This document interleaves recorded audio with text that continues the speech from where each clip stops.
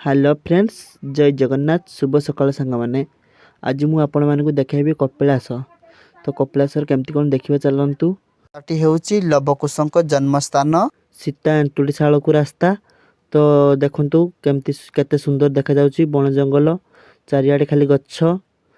एबे पागटा बहुत ठंडा अच्छी। ठंडारे बहुत पहाड़ पर बहुत जोर शीत लगुच। तो देखिए चलतु केमती एठी बहुत सारा जिनस बिक्री होची। कपिलास बहुत बुलवा जगह रही। एंटुड़ीशाल एवं देवसभा बहुत जगह रही। मुझे विशेष किसी देखा ना। यहाँ हूँ मरीच कुंड। यही कुंड रे स्नान कले समस्त प्रकार चर्म रोग भल होता है।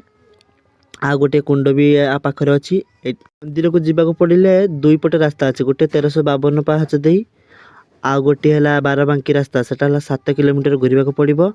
सब बुलवा गले सबुआड़े खाली पाहाच ही पाहाच। कौन सी जगार पाहाच ना बोली कहीपरनि। एठी प्रबल मांकड़ भी अच्छा। मांकड़ भोग भोग नड़िया सब छड़े ने। यही रास्ताटी हूँ देवसभा आड़ को बहुत भीतर को जावाक पड़ो। देवसभा तापर पड़ो। मुझे मानक विशेष किसी देखेबिनी खाली सर्ट रे देखे दूची। थर मु देवसभा आड़ को जाइए। एथरका देवसभा आड़ को जाई हेनी कारण बहुत ठंडा लगुच। रास्ताटी हेउची लवकुश जन्मस्थान एवं देवसभा आड़ को। तो देवसभा बहुत भीतर अच्छी। पाखरे गोटे मंदिर अच्छी। पत्थर उपर पत्थर रखिले जेकोसी मनस्कामना करी रखिदे गले मनस्कामना पूरण हो। पुणी आसिकी आउ थे आसिले पत्थरटा को पड़ो। तो देखी पार्टी केते सुंदर देखा जाउची। गछपत्र चारिआडे भरिपूर्ण हो रही।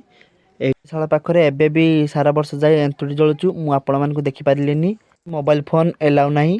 चंद्रशेखर महादेव को दर्शन करिया पई जिबा। एठी फोटो उठेबा निषेध।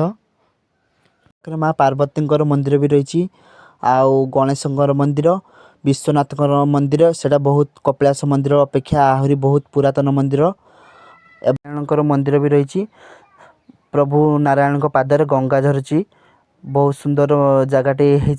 तो चारिआडे मोबाइल फोन एलाउ ना। तो मु आपण मानू खाली गछपत्र ही देखुची। यहाँ हूँ रोषेईशाल।